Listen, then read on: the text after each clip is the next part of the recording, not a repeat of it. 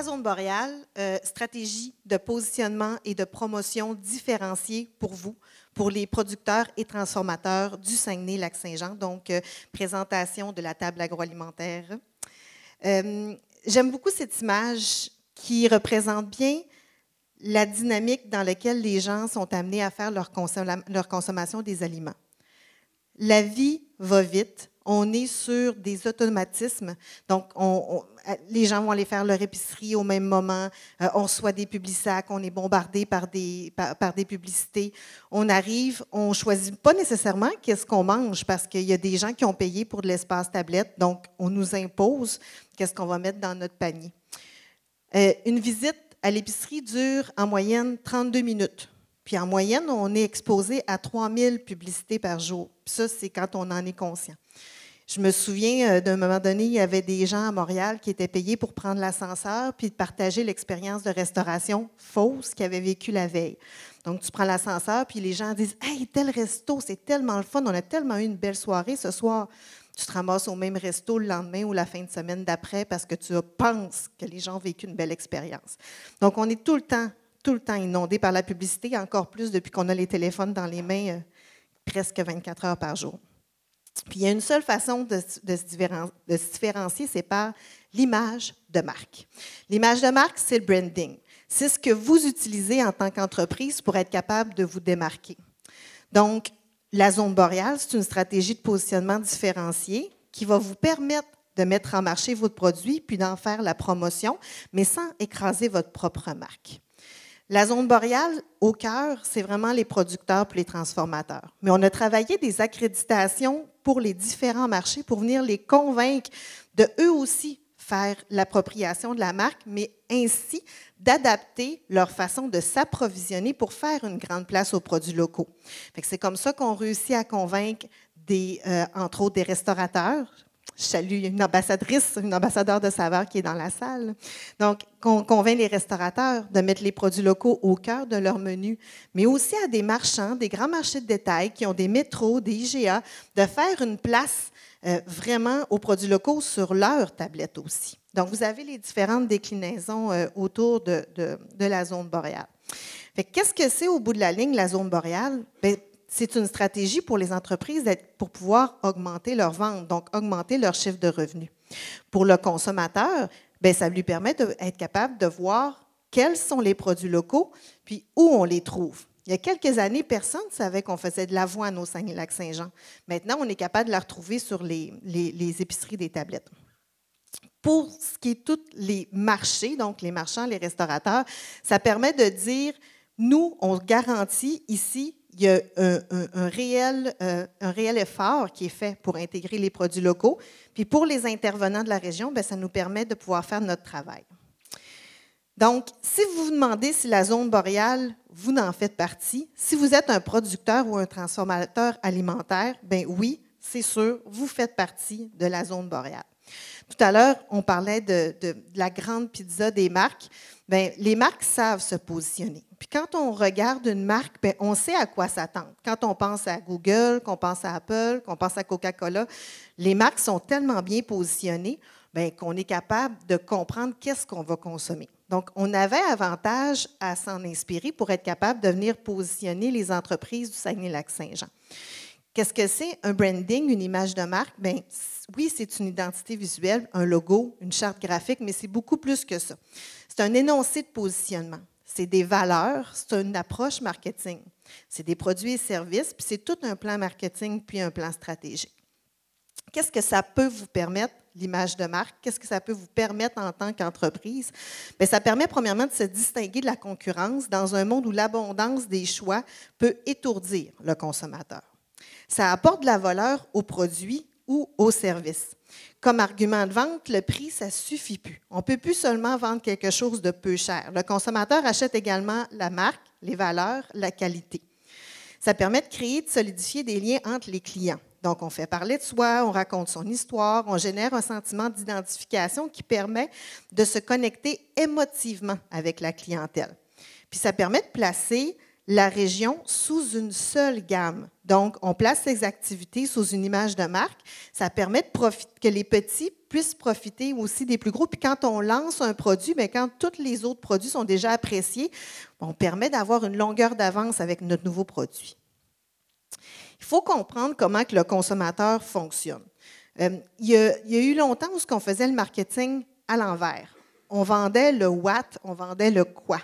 Puis on oubliait le how, puis on oubliait le why. Ce que je vous montre là, ça s'appelle le Golden Circle de Simon Sinek.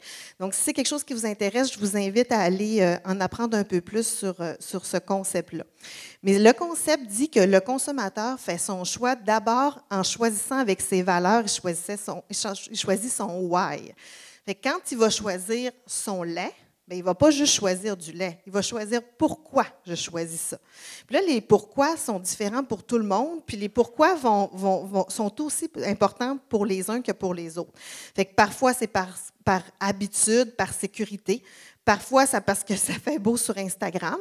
Puis des fois, bien, c'est parce que c'est important d'être régional. Donc, peu importe le why, il faut être capable de cerner le why d'un consommateur. Fait que quand on va vendre un produit, au lieu de dire achète mon produit parce qu'il est pratique, bien, on va aller vers le why, puis on va comprendre c'est quoi le besoin du consommateur, puis on va aller lui vendre notre produit selon les besoins sur lesquels il va répondre. Puis là, je ne suis pas juste en besoin matériel, je suis en besoin intrinsèque.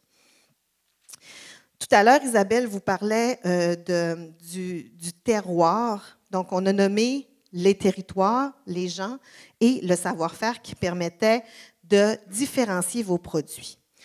Le vin s'en était beaucoup inspiré. Hein? On voit quand on lit en arrière, on nous met on nous parle du cépage, on nous parle du vigneron, on nous parle de la température, on nous parle des montagnes. Donc, c'est vraiment quelque chose qui était, on n'a pas inventé le terroir, c'est vraiment quelque chose qui est utilisé depuis plusieurs années, mais c'est comme la seule façon de réellement se différencier. Parce que quand vous arrivez puis vous mettez juste un prix sur quelque chose, bien, il n'y en a pas de différenciation. Tandis que si vous donnez la personnalité réelle à votre produit, en réfléchissant, je reviens ici, qui fait mon produit, comment je le fais, puis d'où il vient, bien là, vous réussissez à donner quelque chose qui est une histoire à votre produit puis qui va vraiment permettre de pouvoir le différencier. Donc, il faut communiquer ce qui différencie votre entreprise et vos produits. Vous devez le faire vous-même, mais l'image de marque, la zone boréale, va venir ensuite en complémentarité avec votre propre marque. C'est un peu comme une locomotive. Donc, il faut penser à un grand train. La zone boréale, elle, va être la locomotive. Donc, elle va traîner toute la possibilité marketing et les consommateurs. Puis vous, bien, vous venez embarquer tout simplement dans ce train-là, puis vous saisissez l'air d'aller de promotion ou l'air d'aller de communication. Puis l'objectif pour toutes les entreprises, bien, c'est de comprendre elles-mêmes qu'est-ce qui la définit. Fait que quand on revient à nos éléments de terroir, il faut se poser comme question comme entreprise, qu'est-ce qui me différencie au niveau du territoire? Qu'est-ce qui me différencie au niveau du savoir-faire? Puis qu'est-ce qui me différencie au niveau vraiment des gens qui sont en arrière? Donc, on prend ça, puis on va vraiment ensuite l'utiliser pour pouvoir le transmettre via notre marque. Puis ensuite, on s'accroche à la zone boréale pour être capable d'avoir un élan de promotion. Parce que la clé du succès, ça repose dans la capacité à véhiculer vos valeurs et votre histoire. L'AIDA, c'est un concept marketing qui existe depuis plus de 100 ans. Ça explique le processus qu'un consommateur va faire avant de faire son choix d'achat. Donc, il y a un élément d'abord qui va attirer notre attention. Ensuite, notre intérêt va se développer. Puis là, tout d'un coup, va naître le désir. Puis enfin, on va pousser à l'action. Quand vous faites un achat compulsif, vous faites un achat directement dans l'action. Souvent, c'est des achats qu'on regrette. Puis sinon, c'est des achats qu'on ne répétera pas. Donc, quand on parle, par exemple, aux décisions qu'on prend au niveau de l'alimentaire, bien, si on prend une décision seulement sur le prix, mais quand on va arriver puis qu'on va vouloir recréer l'achat, on n'aura pas de sentiment d'appartenance ou le moment où ce que le prix va changer, le moment où ce que le spécial va être fini, bien, on ne reproduira pas l'achat. Fait que la seule façon d'avoir un consommateur qui adhère à votre produit, puis qui va être un consommateur acquis, c'est de lui faire le travail intellectuel et émotionnel d'arriver à passer par l'ensemble du processus. Donc, on commence par l'attention, ensuite on a l'intérêt qui se développe, on veut en apprendre davantage, on désire la chose et finalement on l'achète. Donc, la zone boréale va pouvoir venir aider à faire ce processus-là, parce qu'il y a plusieurs éléments qui sont en contact avec le consommateur. Donc, vous avez deux façons de vous inspirer de la zone boréale. La première, ça va être de la regarder puis d'apprendre comment on parle au consommateur, comment on place notre produit. Puis l'autre façon que vous allez pouvoir l'utiliser, c'est vraiment d'y adhérer. Y adhérer, ça veut dire que la zone boréale, elle est construite puis elle est pensée pour que vous puissiez vous y accrocher. Je vous parlais de la locomotive tout à l'heure. Qu'est-ce qu'il faut que vous reteniez vraiment sur la zone boréale? C'est que c'est la volonté d'une région, le Saguenay-Lac-Saint-Jean, de se définir à travers son terroir unique. Donc, la zone boréale, elle va rassembler tous ceux qui ont un rôle à jouer dans notre culture alimentaire et sa vision repose sur le développement de l'intérêt de tous et chacun pour les produits régionaux. Donc, quand je vous montrais tout à l'heure qu'il y avait la zone boréale au cœur, puis qu'il y avait l'ensemble des marchés qui étaient alentour avec les marchands, les ambassadeurs, les petits ambassadeurs, bien, ces gens-là, ils sont au cœur, font partie de la zone boréale parce qu'on veut regrouper tout le monde qui ont les produits locaux à cœur. Donc, vous comprendrez après, quand on est plusieurs à pouvoir faire la promotion des produits locaux, bien, c'est beaucoup moins lourd que quand vous partez toute seule à essayer de vendre vos miels quand on n'est pas capable de les différencier. T'sais. Tandis que si vous arrivez, puis qu'on travaille, puis qu'on a positionné le produit, on raconte l'histoire, on explique pourquoi votre miel est différent, puis après ça, en plus, quand on arrive sur le marché de détail, on a le petit sticker qui dit « Zone boréale », on va aller chercher des consommateurs de plus. Puis ces consommateurs-là, le fait qu'ils vivent plusieurs expériences en lien avec la zone boréale, bien, il y a un effet qui se fait quand même d'entraînement.